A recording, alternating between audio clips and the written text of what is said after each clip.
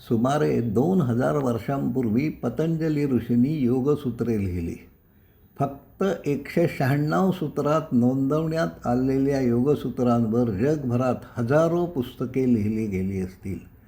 फक्त नासाच नव्हे तर जगभरातील अनेक संस्था, व्यक्ती या योगसूत्रांचा अभ्यास करीत असतात.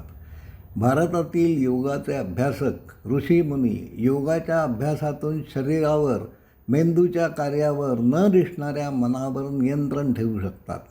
त्याची सत्यासत्यता तपासण्याचे प्रयोग पाश्चात्य राष्ट्रात होत असतात. यासाठी या क्षेत्रातील जाणकारांना पाश्चात्य विद्यापीठे निमंत्रित करतात. त्यांच्या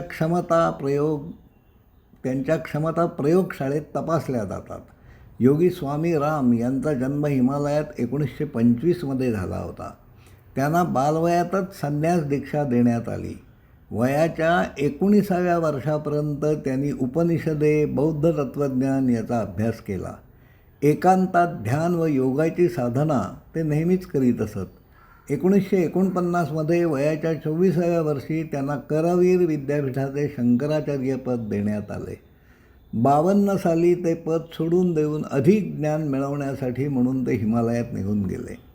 योगविद्येला प्रायोगिक विज्ञानाच्या क्षेत्रात आणायला हवे, त्याचा प्रसार होण्यासाठी परदेशात जावे अशी प्रेरणा त्यांना झाली. त्यांनी युरोपमध्ये 3 वर्ष पाश्चात्य मानसशास्त्र, तत्त्वज्ञान व वैद्यकशास्त्राचा अभ्यास केला.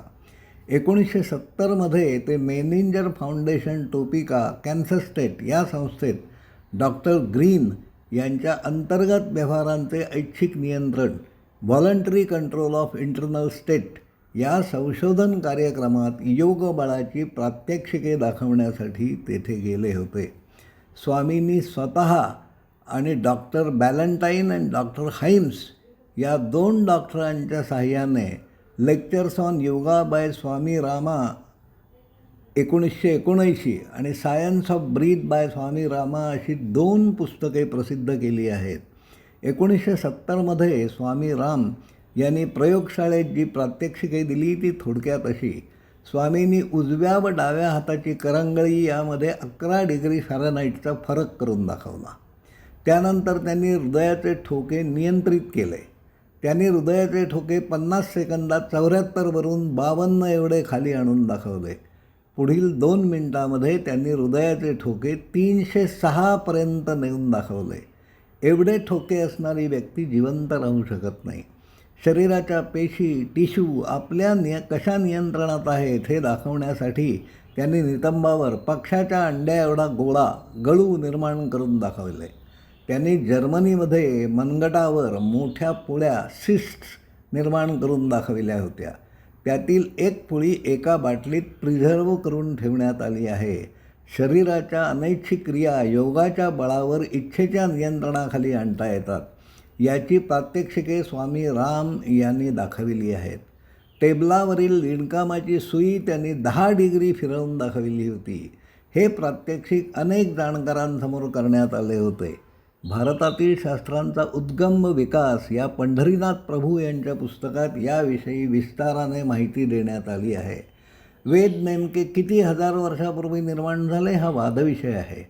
पण त्या काळातील ऋषीमुनींनी अंतःप्रज्ञेच्या जोरावर कोणत्या विषयात किती संशोधन केले होते याची बरीच माहिती डॉक्टर प्रभू यांच्या पुस्तकात वाचायला मिळते.